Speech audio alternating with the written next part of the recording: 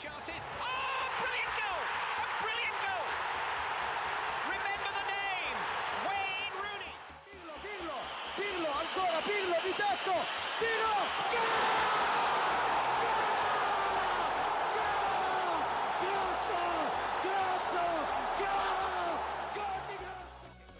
Pirlo will take, and it's Foden, and it's in. A goal in 50 seconds from Milan. Oh, would you believe it? Paolo Maldini, the skipper, has scored it. Aguero!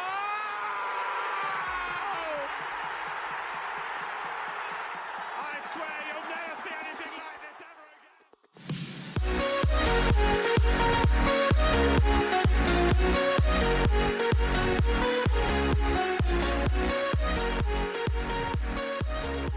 Episode 2, Footy Fan Podcast. Andrew, Santo, and Joe here. Going to break down and evaluate some Week 2 action of the EPL. Right now we're just checking out the Tottenham and Wolves highlights from over the weekend. Santo wanted to skip to a specific event that happened. Oh, PK. Yeah. Oh, yeah. Yeah, Dele Alli with the PK there. Okay, yeah. We just got the... Let's go to 6:50. Did not watch this game. Go to 6:52. All right, I'll get it. Maybe a little bit before 6:45. Here we go. So, yeah, it's going to show a little chance here by apartment advertisement. by Wolves. Whoa. Ooh. Decent shot. And just Bergwijn here. Like, I have so much to say about what happens here. Oh, that! I did see that play. Okay, yeah. Oh, That was filthy. Go back. They'll probably show it again. No, they don't. No, they don't. No, I don't think they do. That was definitely worth another show. Oh my gosh, like just oh my god, just how When you said Bergwijn sideline, I thought you meant he was like on the bench, like he's acting not a fool or something. I thought he was No. doing something kind of like Kane with the no finish. oh my gosh. yeah, Kane didn't finish just that. But the fact You go. yeah, just play it again. Third time. Here we go. Oh, shoulder and whoop. Ooh. Here we go. that's wild. You want to see the? And then Kane just nope. I does mean, in that not position, though, make- he was in tight there in that position. He could have raised it over the goalie, maybe. Yeah, you have to get You wanna shot see- up quick though. You want but- to see a filthy Meg? Well, they just showed twice. Woo. oh, You want to see a filthy Meg? Yeah. Go to Facebook. Facebook. now we're going I'm not going to Facebook. We'll see it after. We'll look at it after. Oh man, it's so dirty. It's on ESPN FC. We'll look at it after. Yeah, Oh there'll my be a God. reaction after. It's just the fact that Bergwijn, I mean, he's obviously not like someone you consider like GOAT material like Messi or Ronaldo, No. obviously, but I've not seen anything in terms of a reaction that quick by anyone ever. That was crazy. Yeah. I mean, like, you or I would just probably done like right foot, left foot, Yeah, like bring it across and then bring it back over to your left. But yeah, to go same foot like that, it's just so nasty. Like he's clearly got some skill. yeah. And it's good that he's actually able to show it now, because when he first got there, Tottenham, he had such a hype around him, Mm-hmm. Yeah, and he got hurt. Like I think he scored like his debut goal, or Yeah. scored on his debut, Mm-hmm. like a huge goal, like a game tying goal or game winning goal or something, like the 80th minute, yeah, and then played a little bit more, and then he just got hurt, and he was out Yeah. for like the remainder of the season or something yeah. last year, and it was just like it's such a disappointing thing, because Tottenham started off like looking pretty good last year, and Yeah. then like Son got hurt, and then Kane got hurt, Yeah. Yeah. and then like everybody else that can contribute got hurt. And I mean, I think like we talked about last week's pod, I think Tottenham actually could show up this year pretty good Mm-hmm. if Yep. Kane stays. Yeah, If Kane stays. Yeah. But yeah, I mean, even if we did right foot, left foot there, it would have been like a tenth of the speed that he did Yeah. with one foot. So I was pumped to see that, because just like it reminds me of what we talked about with everyone at practice the other day, where it's like, we how suck. good are actual pros? Like we suck compared. we know we're bad compared to them. I think we're a lot worse than how bad we already think we are compared to them. Oh, we get dummied. well, Like, it's not yeah. even fair to say No. we would get dummied. Like, we shouldn't even be in the same conversation. Like, we're not even playing the same sport. I know. don't I've think. always thought that like at a younger age, like when we were like at our peak Mhm. performance level, it's like, how good actually are we? Yeah. Like if we were like 18, 19, 20, and like we were like playing just out of our minds, but then we go play like a team from England, Mhm. like not a youth academy team, because that'd be nuts. Like we're not Yeah. going to play Chelsea youth academy like Mhm. U19s, but go play like a U19 like club team or something in England. Yeah. Mhm. How would we match up against them?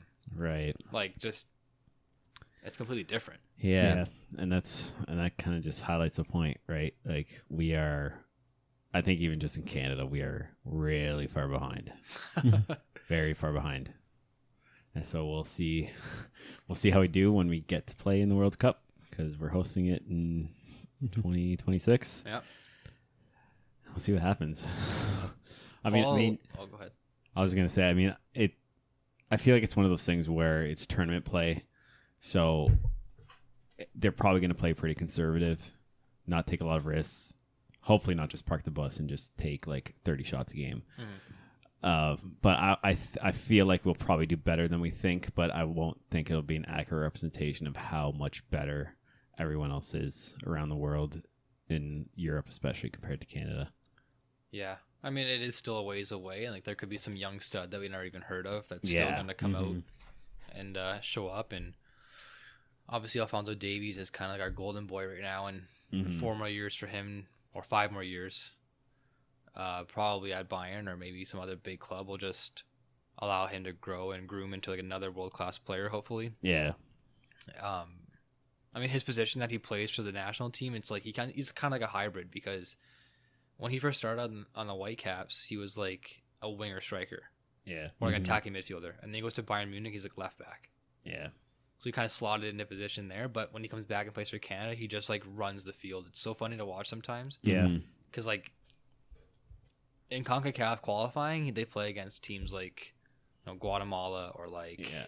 El Salvador, Yeah. Haiti, and like you can just see him like it's nice to see his, like from a Canadian standpoint, because we never had a player like this before, Yeah. where he can take the ball and like literally just go up the field sometimes and like make 1-2 passes and like get on net somehow and try and score. Yeah. Yeah. Like it's just his skill level really shows against like lower class sides or lower class countries. Mm-hmm. And from a Canadian standpoint, we just never had that. So it's nice to see that. Yeah. And hopefully it can spark some other players to actually perform better for our country, because we were talking about it Yeah. before. Like it's just, Yeah. it's been embarrassing over the last 25, 30 years Yeah. in Canadian soccer, but it is getting better. Hopefully, Making slow progress. yeah. And we're gonna host the show too, so like we gotta put something on for the home crowd. Yeah, because don't wanna get pumped by anyone. No. And when you have all your fans in like, well, I heard BC went out, so probably won't be there. Toronto, But- Montreal, Toronto, Montreal, and or I think Halifax or something, or thought it maybe was Edmonton. Edmonton. I'm Might pretty be sure it was Edmonton. Edmonton. Alberta. I don't know. Yeah. Something. Yeah, but yeah, we'll see. But yeah, like we touched on with Kane coming on, I was surprised to see that, because who knows what's going to happen with that guy. Yeah, I don't know. I saw another rumor today that Ronaldo was in talks with Man City. You guys see that? I did not see that. Who? but What? that would- Ronaldo and Man that'd be City. so random. I don't. I mean, they do need a number 9, but I mean, I would be was going to shocked. touch on that because I don't know. Well, you watched the game, but Jesus is way better on the right side of a front three than on the Oh my as a gosh. number 9. I think. Oh yeah. Very impressed. So, I don't think Torres is like the leading number 9 guy. yeah, Like long term. Well, maybe when he gets older, but they do need a number 9 striker. I guess which would ideal. It would be ideal if they had Kane, but yeah. Ronaldo would be interesting.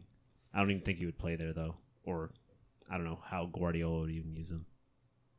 They would probably want to 100% use him honest. as like a striker, but Yeah, just like straight up literally a number 9. box striker. I don't know. like a false 9 with Ronaldo or something. Maybe. Like I don't know. Well, to be fair, if there's anything missing from their team, it's that guy, just like a poacher in the box. And Yeah. Ronaldo's the guy where he's going to make space out of where space doesn't exist and just score goals for you in the box. So it would kind of be an ideal thing. But I mean, even if he were to go, he would be there for what, 2 years? And then he's going to be what, 30, 36, 37? yeah, at least So that, yeah. like, and then what? But it would be interesting. I mean, At the end of the day, I was still hoping Messi would go there because I want to see him play in the EPL. I mean, we've already seen Ronaldo play there, and he crushed it for Man U, to say the least. Yeah, but for Messi to go to the EPL, he wouldn't go for the reasons why we want him to go. Yeah. Like we want to go and see how good he'll go up against like really, really crazy talent or like really tough opponents. But like at his age, he has nothing to prove. Yeah. Like he wouldn't go there for that. He'd go there for the money probably. Mm-hmm.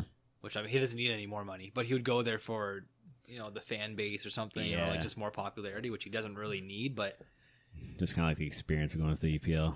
Yeah. Yeah. I mean, him going to PSG, like that's still not even that fair. Like, yeah.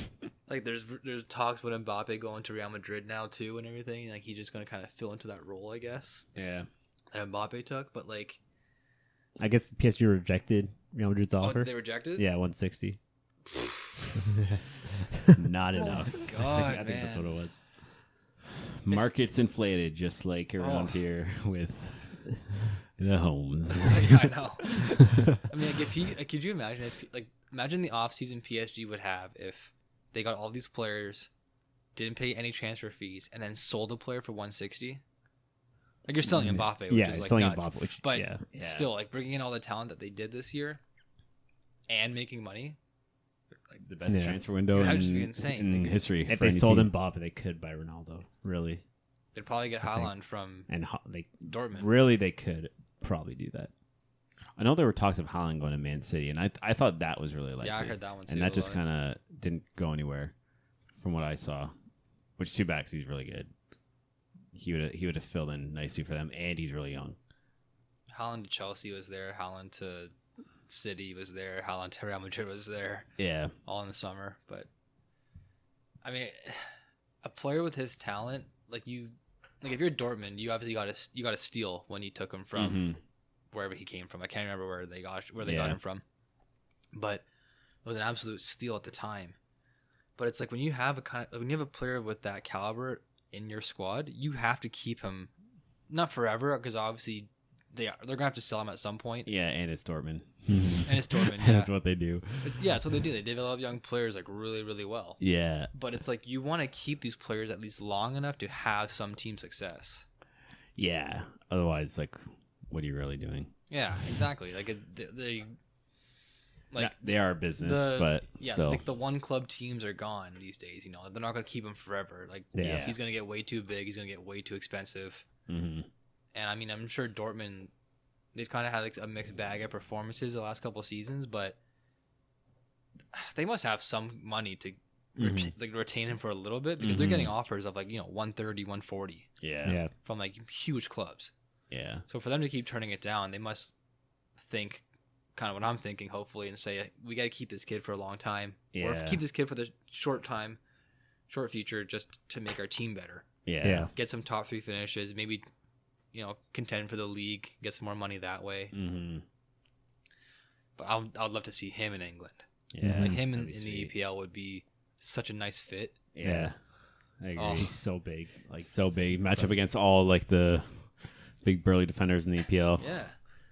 Match up nicely. That's I think one of the selfish reasons for me to see Messi go. It's like, all right, how good is this little guy going to go up against some massive center backs in England and just kind of turn them inside out?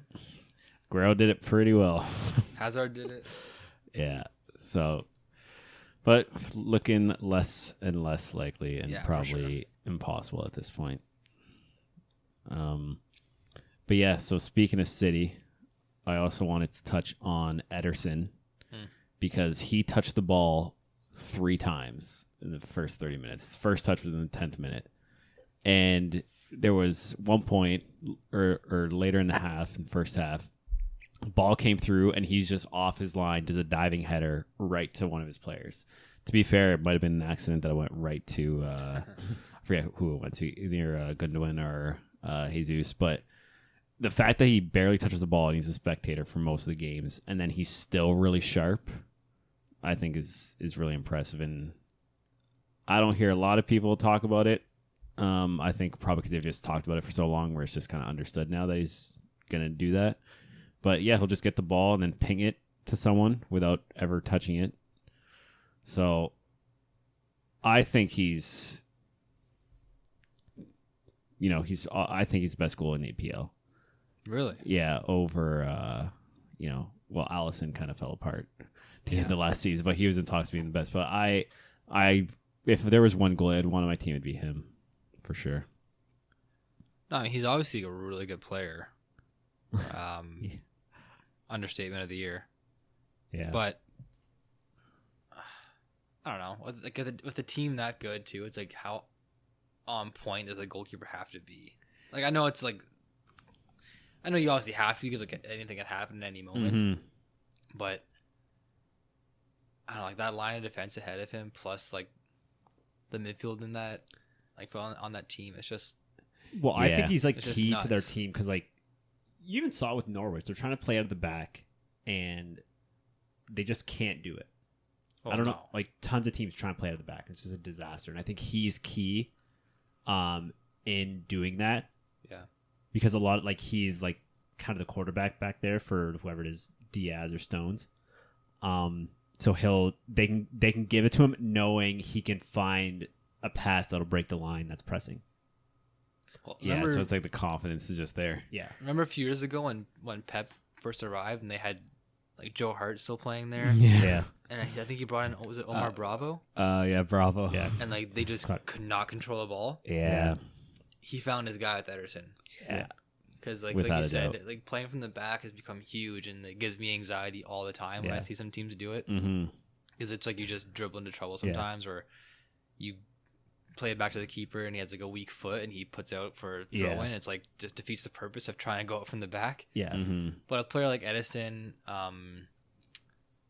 who is it from Munich, Neuer, like players like that, like that's such a benefit to have in your side. Mm-hmm. And I know I just kind of tripped Ederson, but now we talk about it, I'm like, okay, yeah, like he's pretty huge. Like he's good for the club, good for the team. Yeah. Yeah, I mean, you can't blame, or you can't look away from Pep and like what he does to his clubs, because like he knows exactly how to play his system, Yeah. and he finds players sometimes out of nowhere that Yeah. just know to fit his system. Yeah, it was kind of like Rodri. Just gonna Rodri. It's like, who the hell is this guy? Who's this guy? Yeah. He shows up, gets Player of the Year last year, and it's like. It was Roger Diaz. Diaz. Sorry, last year. okay, yeah. Diaz. Rodri, it fits in the side though. It's like you're taking the place of, Fernandinho and like all these other like great center mids over the past years at Man City, Yeah. and like he just slots right into it and Yeah. just performs top notch because Pep knows he can do it. Yeah. It's crazy. Wild. Yeah. Mm-hmm. Even with Cancelo, he dropped off a little bit last season, but there was like a run of form he had where he was just like, top defender in the league. So if he can keep that up, it's just another one of those signings where Pep just kind of knocks it out of the park. Yeah. Credit to his scouts. Just obviously have a big part to play in that. And then also with City, Grealish coming on, scoring the softest goal probably of his career. He didn't even know he scored. No. Or he didn't even know what happened when it hit him. Off his inner thigh. Yeah. Somehow the defender didn't get it. And Goal's a goal, baby. here we go. So what were you guys talking about, like the thicker lines for VAR reviews? Well, because during the game they were saying how, I think it'll be on with the thicker lines. Mm-hmm. So and they didn't even show it. Like when they typically draw the lines, how they show what's going on. They didn't show it that they were reviewing it, like showing the lines. But I guess they're like thicker. And I don't know if what you said, there's like a tolerance on the line. Okay. And I think if they overlap, I think you're not. I haven't looked into it, but like you're not offside or something, or whatever it might be. Mm-hmm. Rather than like if you draw like infinitely thin line and it's like slightly further, Which away is from the what other they've one, been doing, though. Yeah. which is like no, but So that's how you it's not. become a I think the millimeter thicker lines offside. actually makes more sense because I forget who was talking about it. However long, like when they stop the camera to pass a ball, like are you stopping it like at the exact time? And it's like a player moves so far during that tolerance when you stop the camera. So it's not, if you're doing it a millimeter, like that tolerance isn't even like accurate depending on when you stop the camera. So I think this idea. Oh, yeah. So I think the idea of this is like, it's allowing for that, like it could have been like whatever it is, like like 3 milliseconds to like 0.8 milliseconds, and a player can move like 15. I don't even know 15. It's centimeters. just giving like a broader window, Yeah. like a little more Yeah. leniency for the players. Yeah. Yeah, because what is a millimeter? Yeah. Like Oh, I you go and know. hit a ball, like I know. the instant it touches it, Yeah. it's like nothing. So it's like player, like even if you're gonna be a millimeter offside, and you like literally just move like that much in like Yeah. a tenth of a second. So I think it's a really good thing. And so that's what I was saying. Like it really depends when the camera was stopped. That it's not. It doesn't even make sense to be like millimeters offside, because like he could have stopped the camera like a fraction too early or too late, and that influences whether they were on or offside. One of the things that bothers me the most about VAR is that it's just not consistent game in, game out. Yeah. And like we kind of expected that, but it's like it's all by the official's discretion. Like the guy in the booth, Mm-hmm. and then the guy in the field, whoever it is at that time. But it's like there's been times when I've seen before where they count, like from like where your armpit basically is. Mm-hmm. Like they draw the line. If it hits the player, if the line's on the player's armpit, they call it both ways sometimes. Like that's either is offside or not offside. Yeah. Because I think I saw somewhere before where they said if a part of your body that's not legal to score a goal is in an offside position, then it doesn't matter. So you can't Yeah. score with your arm. Yeah. But your arm's offside. Yeah. But then I've seen it get called back when your arm's offside. Oh yeah. Like it's all over the place, and it's Yeah. been happening since VAR was implemented. And I guess this year they're trying to crack down more on like the amount of time being taken to check a review, Yeah. which is good because there's been times where it takes almost 5 minutes, Yeah. Yeah. It's like, which is just wild because then they don't really add that back on extra time all the time. yeah. You just miss the game. Yeah, it kills the flow and everything. Yeah. But I don't know. It's one of those things where it's like if there was just a clear cut, this is correct, this is incorrect, and we all just knew it and we all accepted it, then we can kind of get on with having VAR in our day-to-day games. Yeah. But there's just no consistency. Yeah. And like hopefully with these new rules or these new lines, they can try and find some like common ground, like where they say, okay, this is actually offside, this is actually not offside, Yeah. and they can go on with their day, because like it's just so disheartening for the fans to watch and like celebrate a goal early. Yeah. And then you have to wait, like even at home you wait. Yeah, I know. and It's like like you never get to celebrate a soccer goal when again. when Lukaku scored his tap in, Lukaku scored his goal there for Chelsea, I literally hesitated for a second. Yeah. Like it was clear, it was like the ball came across the net, Yeah. he just tapped it in. Yeah. I was like, was he like half a foot ahead of the ball when that was played? Like I had to like wait a second, Yeah. and obviously it counted, but Yeah. And the same When- thing in Euros, right? When Like, Italy we won the had to- world, Yeah. when Italy won Euros, I didn't celebrate. I just waited. Yeah. For I was like, was he off his line? Wait, I literally waited till they started engraving Italy's name on the trophy. oh god, it's like, I'm not even it's- kidding. That's it. I It was just like, creates such anxiety, Yeah. as if like football didn't already have enough anxiety built into it. They had this shit. Yeah. Whereas Yeah. it's so hard for the fans to just have a normal celebration sometimes. yeah. The only time I celebrated was Jorginho's PK against Spain, because there was That's a nothing goal. that we could have done. Nothing could I'm have like, there's happened. nothing wrong with this. Yeah. On that goal too, the commentators are chirping the goalie, saying how like he clearly must have not watched any film on Jorginho because Yeah, he went so He early. bit so hard He on his went little so jump. early. He could have closed his eyes and hit the back of his foot and still scored. Yeah. Like he bit so early on that move. Yeah. It was hilarious. I did think for sure he was going to go same side in the finals against England. I think you have to go same side, because if you go the other side, then the keeper got in your head, and I don't know. Yeah, it's I all think about you're just confidence, More eh? prone. You just gotta be confident. Go same side in that scenario. I think. Yeah, I would. Well, You would've I done would what have you done, did. but yeah, I thought he was going to. Evidently, it would have worked. But So What what do do you you guys think of the Lukaku debut? yeah, I think. he was good. Well, I mean, he showed it on his goal. Like his goal was a tap in, but when was the last time Chelsea had a number 9 that's going to have 3 guys around him, do a hold up play and give it to their midfield that can put it Didier out wide? Drogba. And then you know what I mean? yeah, No one else was doing that. And that's what he brings, right? yeah, that whole play was just like kind of vintage. What he's going to bring to the team, God, right? I hope so. I've been saying it from like, you know, I know, you don't even Drogba how bringing it I have down the from his biggest, chest. I have the biggest smile on my face right now. You don't even know how happy it is to watch a player like that play for Chelsea again, Yeah, because they have such quick talent around them, like wingers, that could just feed off him holding the ball. Yeah. Like every single time, like not every single time, but so many times last year, you're looking for where the striker is, whether it be Werner or they play a false 9 and it's Mount or Havertz. Their first instinct is to turn away from the ball. Yeah. And like try and make a ball, like try and make a run off the ball. Yeah. And get like a through ball pass and try and get it on goal that way. Yeah. I could not count how many times Lukaku came back to the ball just to receive it. And even in positions that weren't even that beneficial to like get forward, like he came back in his own half at times. Yeah. Just to like be there for support, receive the ball, play it back to Jorginho, swing it out wide, like get the play kind of going, which like that never happened last year. Yeah. Players like Timo Werner ran down the wings. Yeah. Like he starts off in the middle of the field. I know they move around. I know they scatter, but he made his runs down the wings, down the sidelines. They look for that same play all the time where they go to the byline, cut it back in, and they look for like a tap-in goal, which clearly worked this time.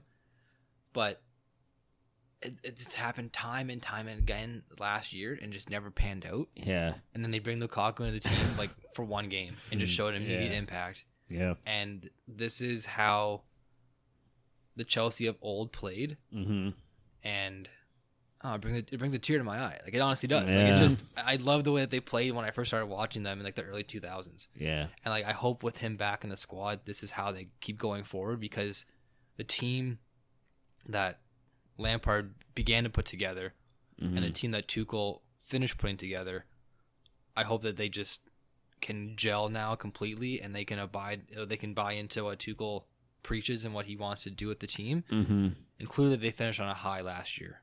Yeah. So there's only one way to go now, and that's to the top of the EPL Yeah. for the title. Yeah. Well, we'll see. Andrew's throwing fist pumps here. I'm jacked right now, man. I was Getting so excited to super watch that pumped. game. Yeah, I mean, they look really, really solid, like really complete with him, and they are going to give City a run for their money, I think. And it's interesting because even the first game, Lukaku was good for Man U, but he just kind of looked really, really solid with Chelsea and kind of like he belonged there. Yeah. And it just felt like a really good system that they had going. So I mean, I think he's only there for about a week. Like he flew in. Like, I think he was there for the game last week, like their first opening match, but he obviously didn't play. But you could see, like even on the field, he was like, he didn't care that he was the new guy. yeah. Like he was telling, Played like he was there for forever. Yeah, he was telling players where to go. Reece James picked up a pretty nasty injury, and he was like one of the first guys there to see him on the field, like trying to help him up, and he was like trying to coach him back a little bit. Yeah. And it's like he's been there for a week. Yeah. He doesn't know Reece James. Like he doesn't know him that well. Yeah. But it's just like I feel like he's already bought into the Chelsea mentality. And like he even said too, he's like, the only place that I would leave from Inter would be to go back to Chelsea.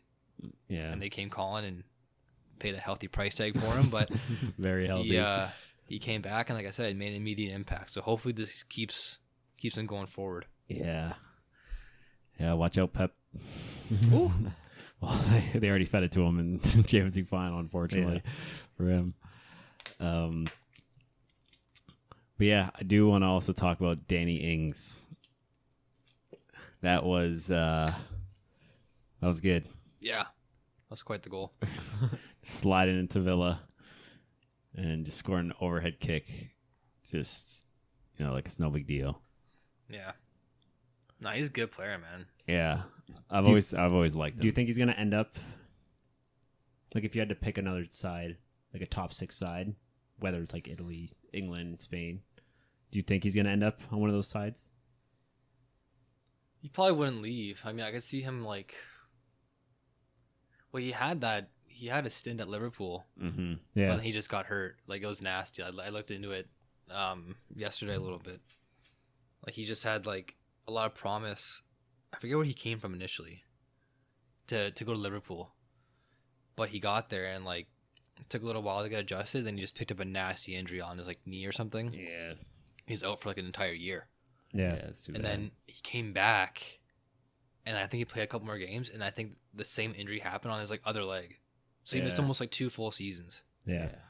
So they obviously had to get rid of him. Yeah, But it's always tough to bounce back from stuff like that. Yeah, but like when he gets his chance and opportunity, though, he just knows how to score. Yeah. And he's getting up there in age now. I think he's close to 30. Yeah. So I feel like he wouldn't have like a huge impact, or he wouldn't be like a huge name to sign somewhere. Mm-hmm. But I mean, like, a team like Tottenham could pick him up. Mm-hmm. Team like, I don't know, even like Arsenal. Even a team like Everton. They got Calvert-Lewin. Oh, I could see like a top 10 side picking him up. I mean, Villa's obviously shown last year that they can hang around a little bit in the top 10. Mm-hmm. I don't see him going to United or like a Chelsea or something like that. Yeah. But I think he's still an impactful player. And like I said, when he gets the opportunity to score, he can create.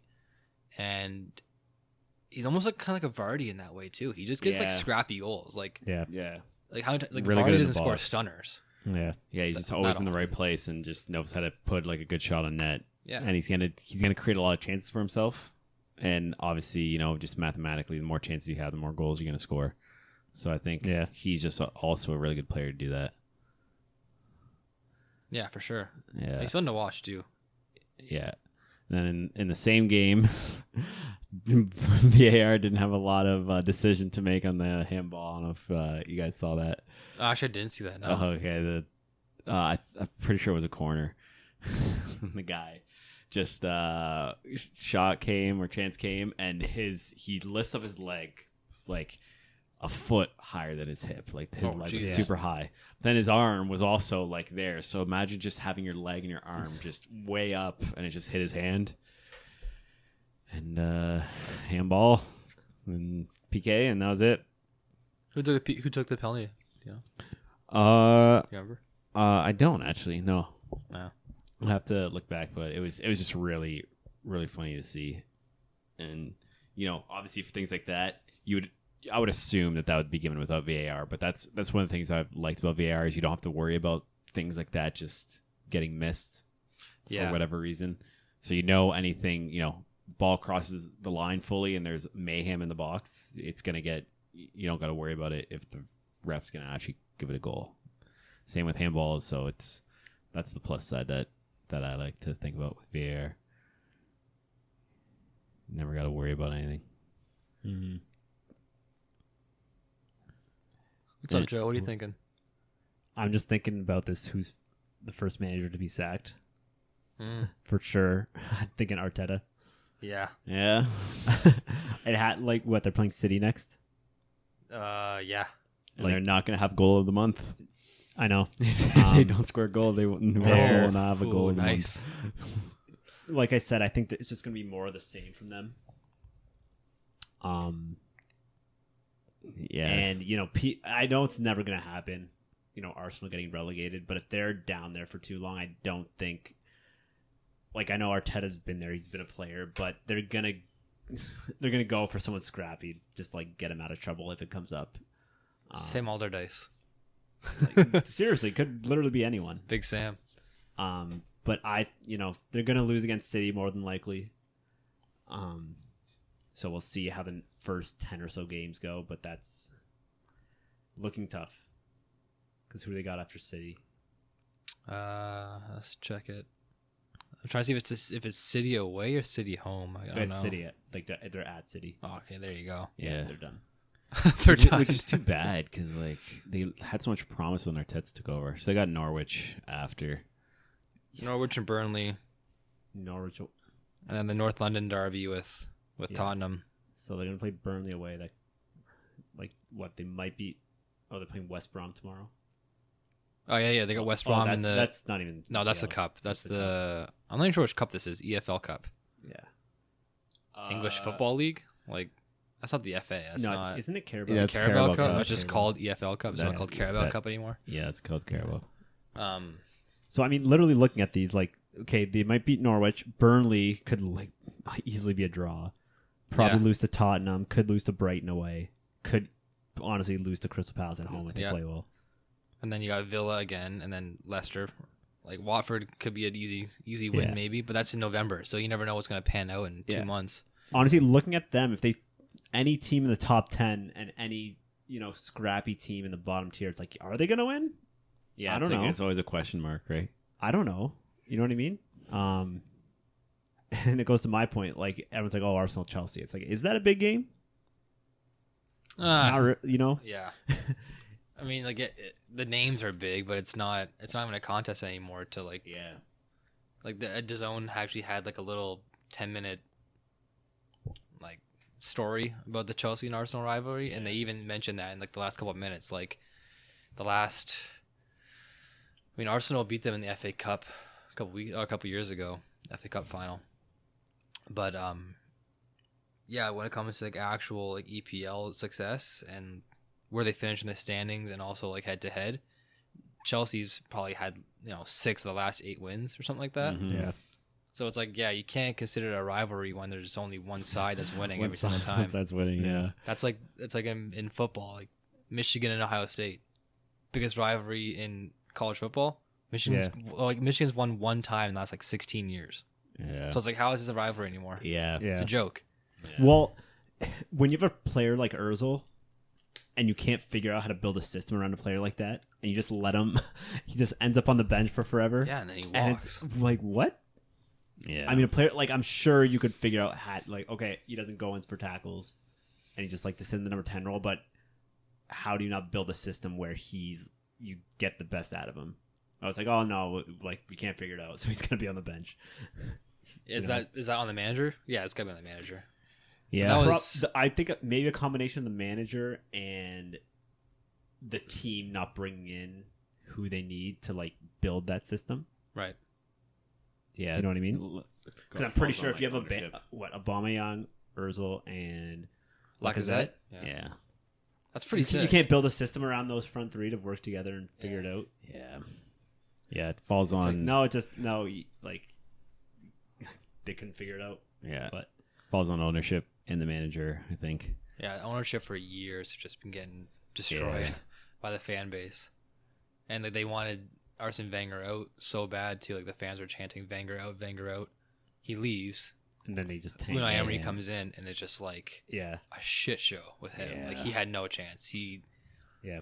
It's like literally you could have done anything different than what Wenger did, and you would have got praised for it.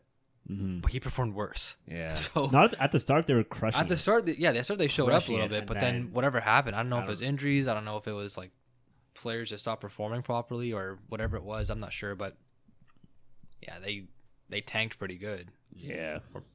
pretty bad, however you want to say it. And then Arteta comes in there. They just try to bring him as like the young new face, I think, of the team to try and like show a new culture maybe getting built. Yeah. But even behind him, like nothing's working so far. Nothing's clicking. Same stuff.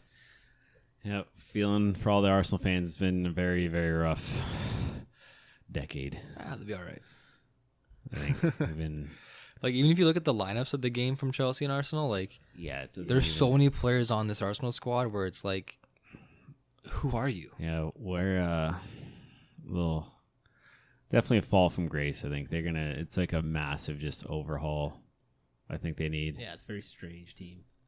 And Saka looked so lost in that match. Yeah. I don't know if that's like a confidence thing from what happened at the Euros. Yeah. I haven't really watched him since, but I did watch the game against Chelsea, obviously, and he looked lost. Like there was times where it was like simple plays and the ball was getting caught up in his feet, or he tries to do too much, or he's out of position and gets beat on the wing by like Reece James for the first goal that Lukaku scored. And it's like a player that young put in that position by Southgate in the Euros could literally have like a long lasting impact on this kid's career. Mm-hmm. Like he was 19 or is 19. Yeah. And you have the most pressure that could ever be put on you. Yeah. As a player. Like literally the weight of the nation on his shoulders in like the final kick of the final game of the Euro, like at home at Wembley. Yeah. Everything's in your favor and he comes up short and chokes it. I don't know Yeah. why. Okay, he wants to take a PK. It's like, why is he the fifth taker? And why? Like, I know throw him in the middle somewhere. every PK is important, and Kane takes the second one. I'm pretty sure out of all the PKs, the second one's probably the least important. So, why does he not take the second one? Kane goes fifth, or something. Like, where's Grealish? Where was Sterling? Yeah. I mean, why well, Sterling? because I heard Grealish said he wanted to take one, but then I guess Southgate chose Saka. That's what I heard. But even still, like I said, okay, he wants to go. We'll put you second. Kane's going fifth. I mean, if that's That- if Unless Kane really wanted to Or- go second. Or And for how whatever reason. Sterling's not in there taking one. I know. And true, and it goes back to the thing where like he put them on. Well, it was Rashford and Jaden. Puts them on super late. yeah, Like, and I think Joe alluded to this. I think probably last time we talked, Mm-hmm. where the first or second touch you get of the ball is a PK. yeah. Like, come on. Yeah. Coming in cold like that. Yeah. Not never. I mean, that's on the manager. 100%. I think. Like Yeah. if you're in the huddle and trying to pick players, and you got Jack Grealish on the left and Saka on the right, and they both want to take it, it's $100 million man. Yeah. Like there's no question about it. Like, I'm Yeah. not relying on this 19-year-old kid. Yeah, sure, you're spunky. You got a lot of pep right now. You're jacked up. You want to take a PK? Okay, do it maybe on the 6th one if you have to go to that, or the 7th Yeah. one. I would never leave a 19-year-old in that position. Like he's even new to the team this year. Like he hasn't really played many international games, and then you have players on the bench that have, or players that he could have chose from that Yeah. have 20 caps, 30 caps. Harry Maguire took a penalty shot. Like, Yeah. like I don't know. Ripped it his best PK. Yeah, you it could was take. it was an absolute just rocket to the corner. So like Yeah. he had quality players to pick from. I'm not saying Saka's not qualities. I love the way he's been playing the last couple of years. When he showed up for Arsenal 2 years ago, when I first saw him, I'm like, I want Chelsea to try and get this kid Yeah. because he looked really good. Yeah. But just to rely on him like in that moment, Yeah. I think that was a huge coaching error. And Yeah, it doesn't even come down to a skill thing. It's just No, it's purely confidence. it's a confidence, which doesn't always come with experience, but experience definitely helps. yeah, And how ready you are to take it, which coming on right before you have to take it. I do forget when Saka came on, but like in the case of Rashford and Jaden, like I don't even think I could take it. I don't even know how they felt confident to take it when they didn't even touch the ball yet. I know. I mean, they Feel must for have him. talked. They must have talked like on the bench at some point, saying like, "I'm gonna bring you on for the penalties." Yeah. But if that was me, I'd say, "Okay, get me on 5 minutes before." Yeah. Yeah. Let me Just run. Put me on for the second half of extra time Yeah. and get warmed up. But I mean- right, like I don't even know why. Like they're good players. At least put them on early so you can maybe score. As I know, well. and like Yeah, like what you Yeah. like what's Like what what Rashford's not going to be the guy that loses you a game, probably. Yeah. And like the Italian side too. Like this is not our Italian side that we were used to seeing like from years and Yeah. years ago. Obviously, there's a lot of new players, and they're a lot more skillful and agile than the players that we were used to. Yeah. But like the pace that a player like Rashford, a player like Sancho would bring into the squad, Mhm. it's like Italy had tired legs. Yeah. Mm, Like we were playing a lot of our bench players too, or sub players. yeah. But it's like you gotta let these kids run, man. They're horses. I know. Just let them go. Would have been. I saw them coming on. I think they were getting ready, and I'm like, oh, like damn. I was they're gonna nervous. like run at us, and then they never came on until right before. yeah, PK. I remember Like, it was- okay. We're going to PKs, I guess. It was like during the break, like Yeah. the second half break and the extra time. It was like the 105th minute. I saw Yeah. them. They panned to the bench, and they're on the sideline, like jogging, like warming Yeah. up. I'm like, if these kids come on for the last 10 minutes, 12 minutes, We're screwed. like Because we had That's gonna be nothing. scary. We Yeah. had no other cards to play except to go for PKs. All our, everyone was off. All our yeah, strikers we were were, done. we were gassed. No, like we can't take out. No, we had no other defenders. We almost lost it in extra time, like at one Yeah. point. I was a little worried, and I was like, "Oh, we're gonna lose. They're gonna come on and probably score." And they just came on 122nd minute, take some PKs. And even like another nice takeaway from the Chelsea game was how nice is it that you can bring a player like N'Golo Kante on as a sub Yeah, just to like wrap the game up. Yeah. Like, I think he came on maybe like in the 70th minute or so. Yeah. And it's like you got a 2-0 lead, put in Conte, shut the game down, Yeah. seal the deal. Yeah. And It's always good to see when you have like Can you massive go back for a quality. sec? yeah, Massive quality Go coming to- off the bench. like that's what I mean. Like you look at like Arsenal's starting 11. It's like Mhm. what is happening? this Smith Rowe kid actually kind of impressed me a little bit. Yeah. Emil? Is it Emil Smith Rowe? Okay. He's 21. all tatted up too, actually. Yeah. Go to He, their bench. Yeah, he made a good impact. He just ran his ass Yeah. off. Like, he created some stuff here and there, but he just ran. Played Yeah. really well though. It's like no. Where's Lacazette? Is he injured? No, he's not there. Interesting. Kolasinac is old and kind of slow. Aaron Ramsdale is the new goalkeeper they just picked up. Yeah. There's talk that he might have played this game, but I think he's just there to give Leno maybe a little competition for the role. Yeah. Colin Chambers, he could have played easily. Maitland-Niles is another youthful player. He could have played. Mm-hmm. There's no like presence on the field. No. Or on the bench. No. Mm-hmm. Whatsoever. You have Xhaka. Xhaka. I was Who's gonna like say. your scrappy mid, like, you know. He's there to kind of just hold it down. Like Yeah. he showed for Switzerland, he was pretty. He was their captain, I believe, Yeah. for the Swiss team. Yeah, I think I've always seen him kind of like a dirty player, just kind of like Yeah. clumsy and like he takes up a lot of space. Like he knows where to be on the pitch. Like he's actually a pretty good midfielder, Mm-hmm. but he's not going to win you games. Mm-hmm. Yeah. But yeah, he's there more just like he's like probably the only presence on the field that I would say like could Yeah. show an impact like Yeah. leadership wise. But everywhere else is you got young kids like Martinelli's a young kid, Smith Rowe's a young kid, Holding, Kieran Tierney's a young kid. Like Arsenal is almost they're trying like to have a youthful squad Yeah. because they're just for whatever reason they're not spending impactful money in the transfer market, Mm-hmm. and they have the money to spend. Yeah. Like clearly, they have the money to spend. Yeah. But it might just or- be like a really painful few years. yeah, it's like they're trying to rebuild, but they're just doing it in a really, really bad way. Yeah. Like they're trying to get young players, but you need also to have Yeah. some veteran players that can just kind of slot in position, and you can Yeah. rely on these players to perform like week in, week out. Mm-hmm. Yeah. Because these kids are all test subjects. Like this lineup here is going to change, 15 times this year probably. Yeah. Slotting new players in and out, Yeah. Yeah. and it's just going to be a lot of heartache for the Arsenal fans, I think. Yeah. You know what they need? They can't get Milner. They need a Milner type player Yeah. and a Grealish type player. Yeah. You know what I Who mean? doesn't want Grealish on their team? Like, I know, but like, you know what I mean? Just someone like Milner who's like, because they have a lot of young guys, like make Yeah. sure like take control. they can control. If someone like, there's no one really to hold anyone accountable if they're like Pepe, because he dribbles a lot, like dribbles 3 or 4 times, loses the ball. No one's gonna run up and be like, you gotta like, what are you doing? No Right. one's on the field's gonna do that. No. So they need a Milner, and then they need just a solid, Grealish type center mid that's just a good player, can move the ball. They have nobody to create anything. Yeah. There's just no creation in the squad. And you had that player in Ozil, but he just never got his chance to. Yeah. He did when he first got there, Yeah. but then for whatever reason, like as his play maybe declined, they just lost confidence in him, and he just stopped playing. Yeah.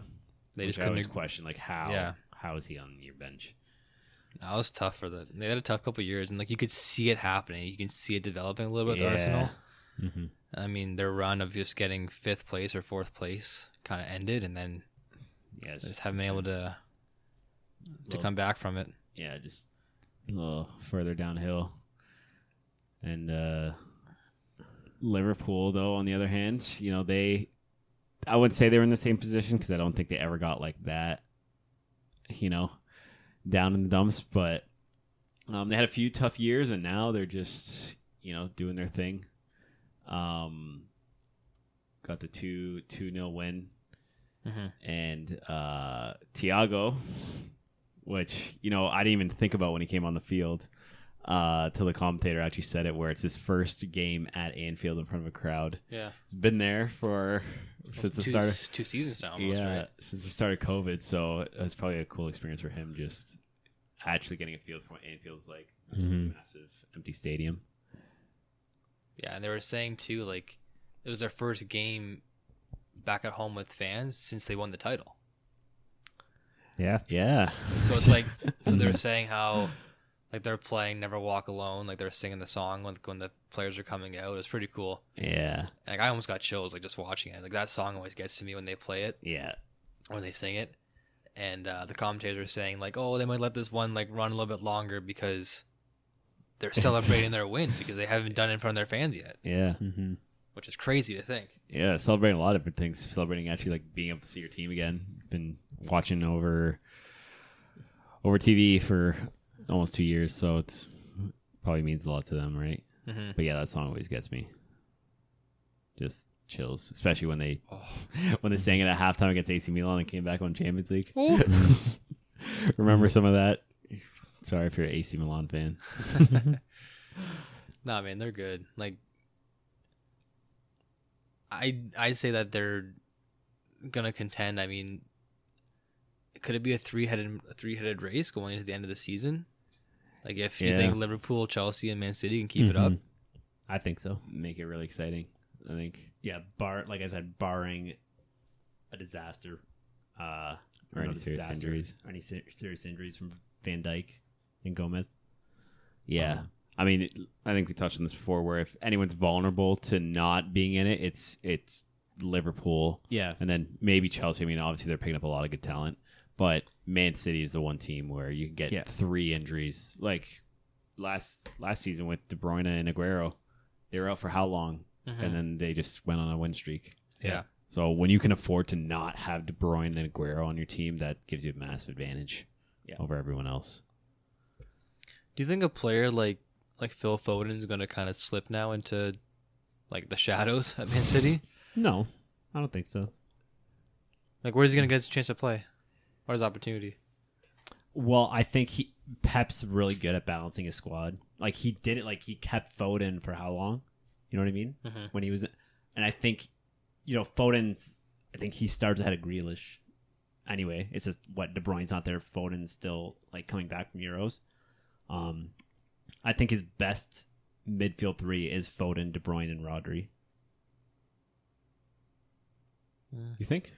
Yeah, I mean Silva is pretty close. Honestly, it's really hard to pick the best. That's what I mean. 3 on City. But look at it like. I mean, they could have Rodri, Foden, and De Bruyne, and then have a Grealish and Gundogan and Silva play Champions League games. You know what I mean? And that's what. Yeah. And I think that's what he's really good at. He knows he needs all these players to win all the competitions, so they all get a lot of playing time. And he knows he's going to have injuries. Like one of them's going to get injured, probably. More than likely, yeah. So I think that's why he's so good. He's such a good people manager that he can keep this deep squad of players. Yeah, talk about deep. Yeah. It's just wild to see, though. It's like how much... I remember, like, when Etihad first came in and started to sponsor them, like, however many years ago, 10, 12 years ago. Yeah.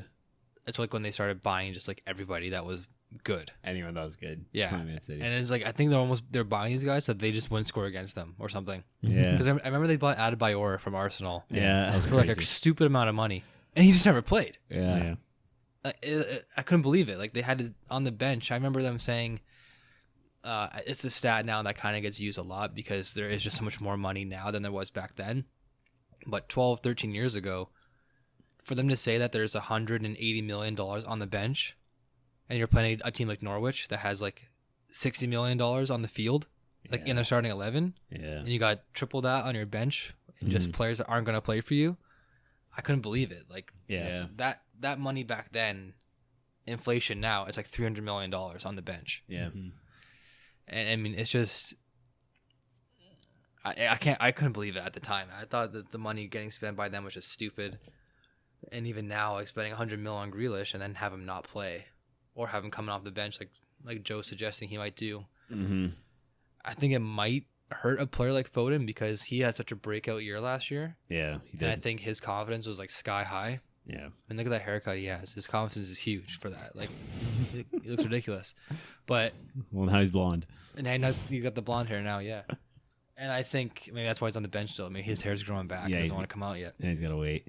But no, I'm just saying, like, a player like him, like, how is he going to get picked over Grealish and De Bruyne and Mahrez and Gundogan and Fernandinho still, like, Bernardo Silva? How is he going to fit into the squad, like, enough so that his confidence remains high?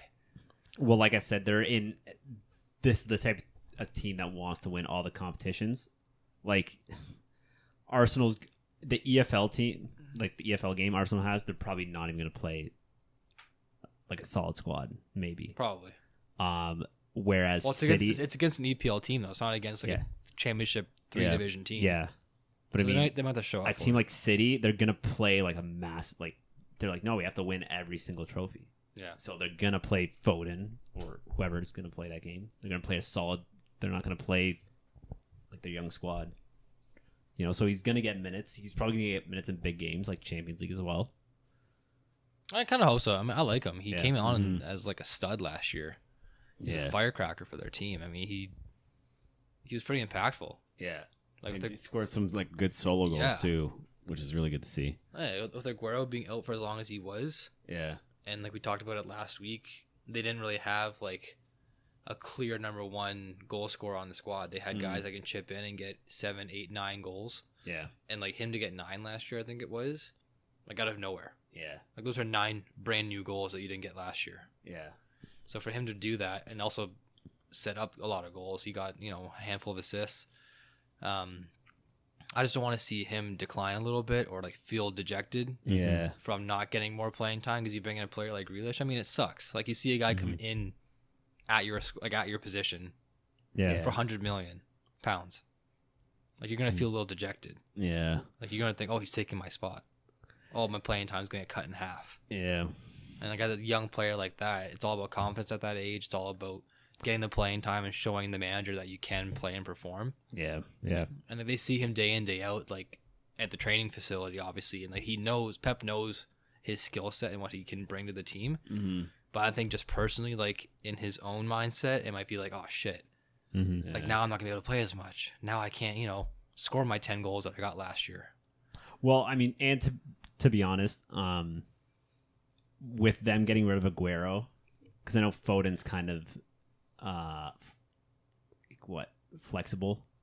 Like right now, they have Jesus, Torres, Mahrez, Sterling As as their forwards, option yeah. as their options for the front three. Yeah. He could easily, and I think Grealish was playing pretty high, like when he was playing, like so easily Foden could just slot into like, oh, you're playing like most of your games are going to be on the front three on the left or whatever it is. Yeah. Especially one of those guys get injured, like, and they don't bring in a number 9.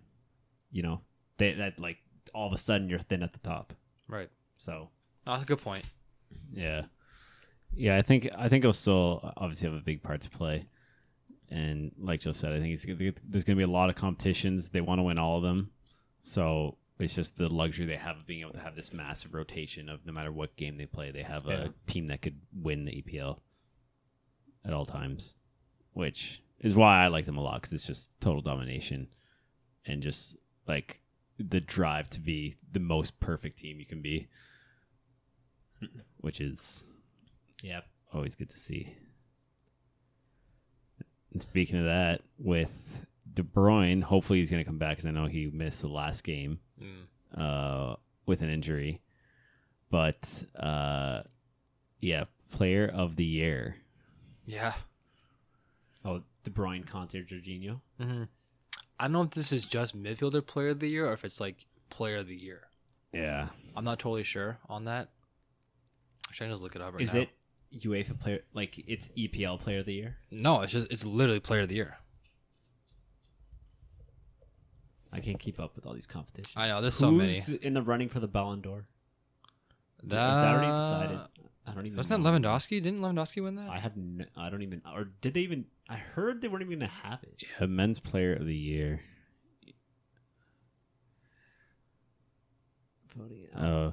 Which participated in the Euros. But it's not just like your Euro performance. It's like as a whole. Yeah, so if Like you basically play- what you've done all of Europe Yeah. in this last season. Like, Yeah. Like who was most valuable player basically. I mean, they're all good, obviously. It might just tilt to Jorginho just for Champions League and Yeah. UEFA Mhm. Yeah, I would agree. Euro 2020. Yeah. It just might go because De Bruyne won EPL, Conte won Champions League. Yeah, I Jorginho think got I'll the probably double. go to Jorginho. Just based on like wins and like obviously solid, but for just going based off that, Yeah. Yeah, I would have to Maybe. go with Jorginho. I would be a little bit surprised if it wasn't. I mean, if you still ask me who I'd want on my team, I would still say De Bruyne. Well, yeah, Yeah, I would too. but just the year he's had. Yeah, I think it's kind of weird how they do it. I guess because it's not like how. A lot of it's predicated on what you win. Yeah, which it's I don't not- always totally agree with. I was gonna say the same thing. It's not based like who's the most valuable player to your team. It's like who's been around and also won a lot Yeah. like in the same year. And they also count the Super Cup that Chelsea just won Okay. against Sevilla. Mm-hmm. They count that as another victory too. So Conte would have 2 like major trophies. And then Jorginho would have the same plus the Euro win for Italy. Yeah. As well as and then also just De Bruyne having the one title with the EPL season, which obviously is nothing to slouch at. That's a huge accomplishment, and he's obviously probably the biggest factor in them winning the title. Yeah. And I even said this before, like, even with how good Man City is, they're not the same team when De Bruyne is not playing. No. Somehow, he just brings that much more to a team that's already really good, which is nuts. Mm-hmm. Like just from this list, like you look at it this way too, like game in game out, De Bruyne and Conte are probably the 2 more impactful players Yeah. out of these 3. Like Jorginho's a solid player. He can kind of do everything too. He has a bit of N'Golo Conte and he has a bit of De Bruyne as well, where he can dish a pretty good pass. Yeah. But then he has the awareness of like where to be on the field Yeah. and like intercept passes and like just that like really good instinct. Mm-hmm. Do I think Italy would have won the Euros if he was not playing? No, I don't think so. I think he was huge for the team Yeah. or for the country. So it is tough to look at it from that way. Like when you I don't get how you can base like your national or your international performance in like a European competition like this. Mm-hmm. Yeah, that's a good point. I don't know if that should count. I feel like it should be based on like your club performance. Because you can get lucky. Like you can be like he could have been a player on Italy who just did kind of go to the sideline a little bit and didn't really shine and perform. Yeah. But then Italy still wins the Euro, so he still has that title. Yeah. But I mean, he was key for them. He was, yeah. But it's just in Score. yeah, he scored a huge goal, obviously, but key PK. key penalty there. But I think, just Jorginho, like by a hair thread. yeah, by a blonde hair. So by one blonde hair thread because he has blonde hair, which I'm still not totally thrilled about. yeah. So unanimous across the board, Jorginho. I think Jorginho. Think he'll take it. This will be announced tomorrow. It's on weird. Thursday. It's weird. It's like it's gonna be Jorginho, even though De Bruyne is like, probably a better player. Maybe Yeah, I mean the best. like they're kind of different. Yeah, De Bruyne's more like, I don't even know what the word is. But they're just different. Conte's obviously super different. De Bruyne's a unicorn, man. De Bruyne is crazy. Yeah, I don't even. He know. just, like, he's like does his stuff. own like. He made up a position. He just made up a position. of just. He honestly kind of reminds me of like I didn't watch him that much because we were younger at the time, but like Zidane and De Bruyne kind of remind me of the same player. Yeah. Yeah. Like they just do shit effortlessly.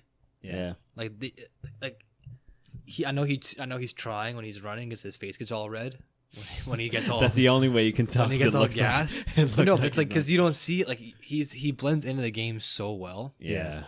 and then like he could be quiet for a little bit, and then you see like a 40-yard pass he picks out, Yeah. or he's not even like a fast player, but he'll take the ball at like midfield and just run like a giraffe Yeah. with like these long strides up the field and like just put a rocket in from 20 yards out. Yeah.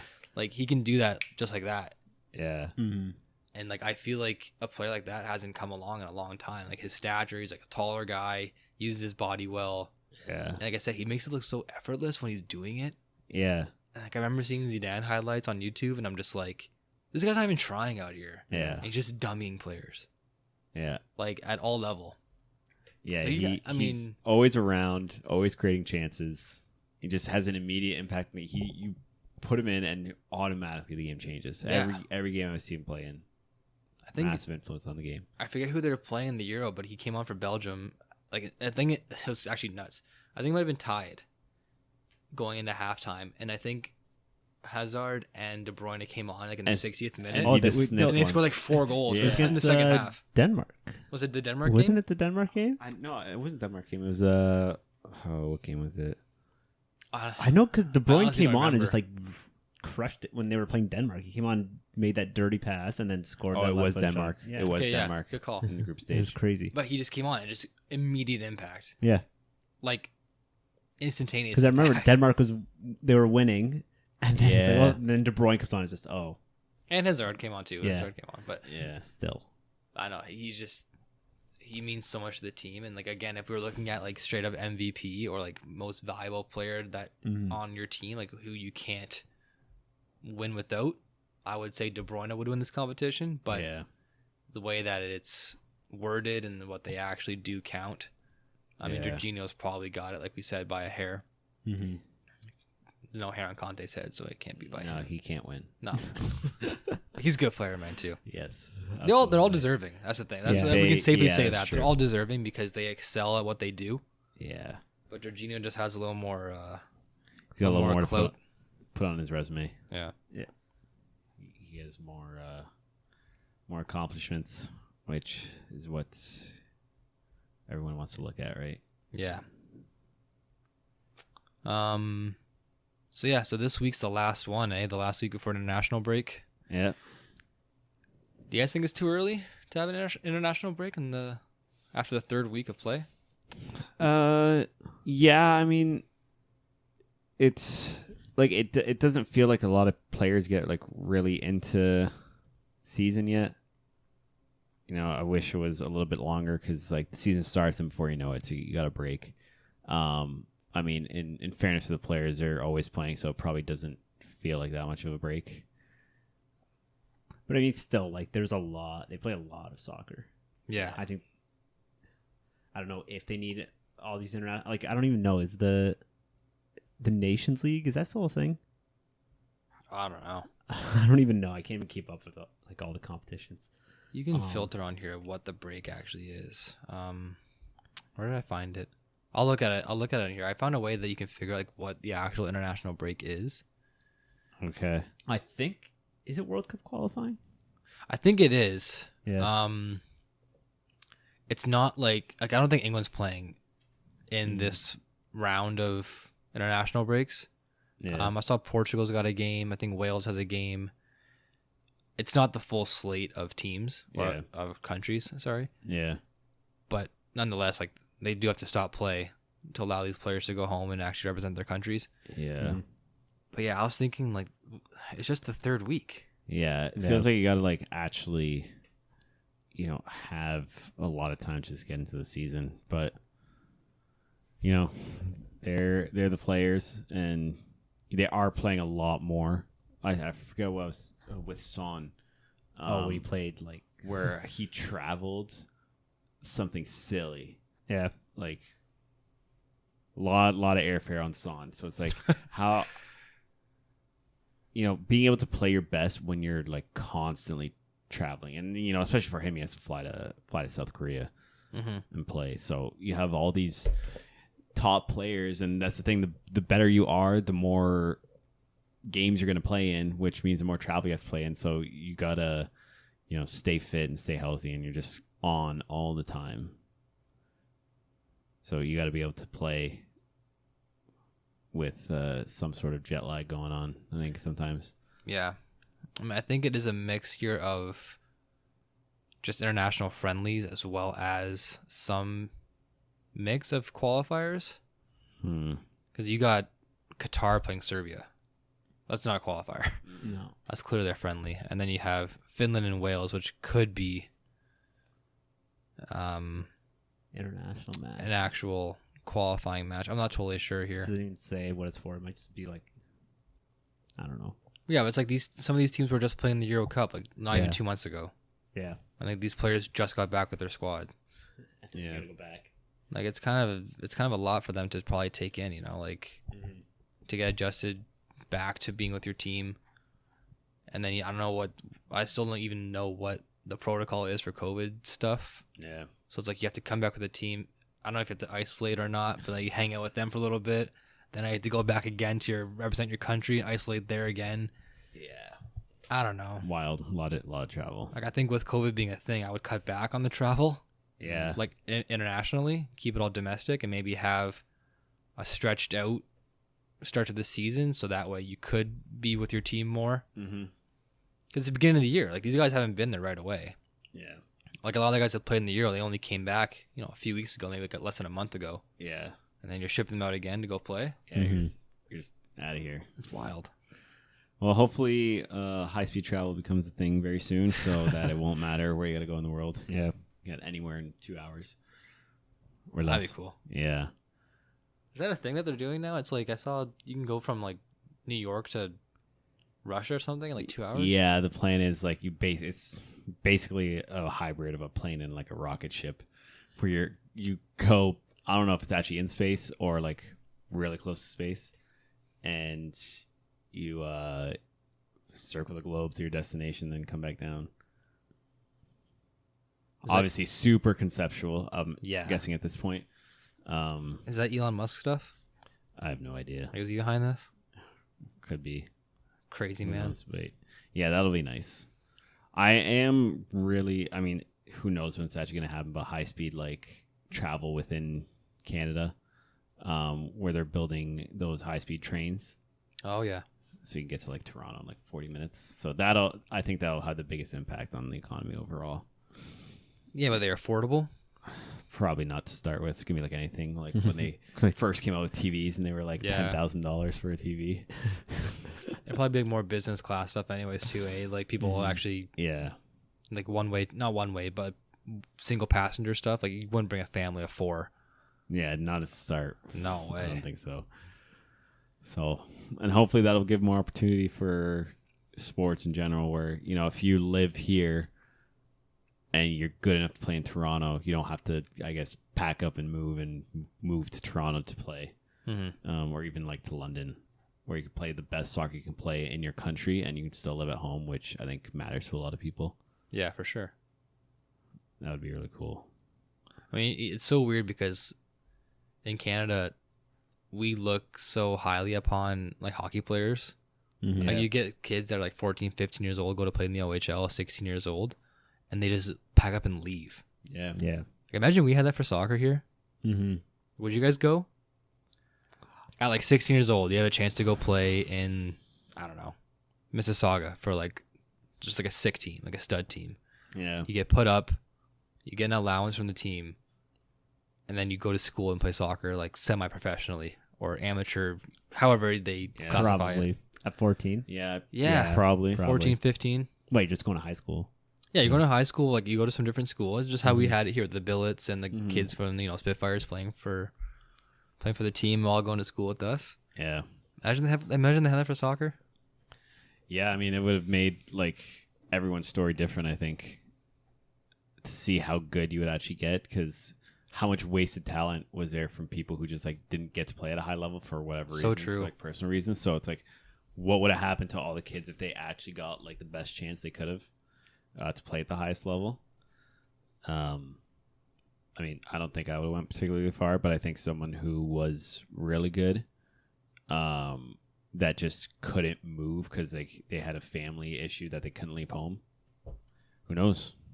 Could have been the next like Canadian stud playing the World Cup. It just needs one too, just one player to like kind of show how to do it. Yeah, like to provide the opportunity, and then you can take off from there. Yeah, one of those things. So if Elon Musk can figure it out, make a rocket ship of a train. First price, $15,000. $15,000 one-way trip to Toronto. Jesus Christ! All right, we good, boys? I think we are good. All right, guys, I want to thank you for joining us here on week 2, episode 2 of the Footy Fan Podcast. You can follow us on Twitter at @footy_fan. That's footy_PHAN. As always, enjoy the beautiful game, and we will tune in after all of next week's action. Ciao, everyone. Bye, everybody.